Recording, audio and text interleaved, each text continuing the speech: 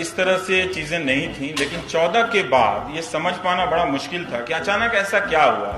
सब कुछ उनके अनुकूल हुआ है, सत्ता मिली है और बहुमत इतना प्रचंड है कि किसी भी प्रकार का कोई संदेह खतरा नहीं है। तो ऐसा क्या हो गया है कि अचानक लोग हम जैसे लोगों को गालियां देने लगे हैं और हम बहुत आलोचनात्मक हो जाते हुए भी उनका कुछ बिगाड़ नहीं सकते थे।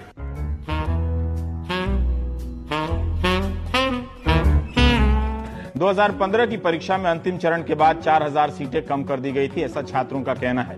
रेल मंत्री को देखना चाहिए कि उम्र सीमा में 2 साल की कटौती करने से नौजवानों पर क्या असर पड़ता है। यह समस्या तमाम सांसदों को भी रेल मंत्री के पास रखनी चाहिए। कोचिंग चलाने वाले भी कह रहे हैं कि रेलवे की जो भर्ती निकली है उसमें अधिकतम उम्र सीमा 30 से घटाकर 28 जो की गई है वो गलत हुआ है।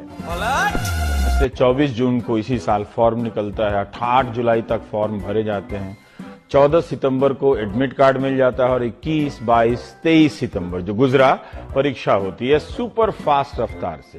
इस परीक्षा के लिए अलग अलग सामाजिक श्रेणी के 17 साल से लेकर 42 साल के युवाओं को शामिल किया गया। सारे वोटर आ जाए इसमें, 60 साल वालों को भी दे देना था।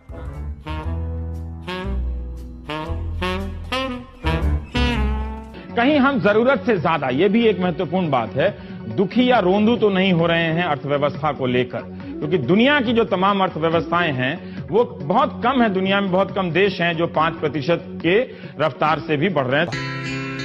भारत की अर्थव्यवस्था अच्छी स्थिति में नहीं है। इसे छिपाने की तमाम कोशिशों के बीच आज जीडीपी के आंकड़े ने जख्म को बाहर ला दिया। 5% की जीडीपी इस बात की पुष्टि करती है कि भारत की अर्थव्यवस्था मंदी की चपेट में आ चुकी है।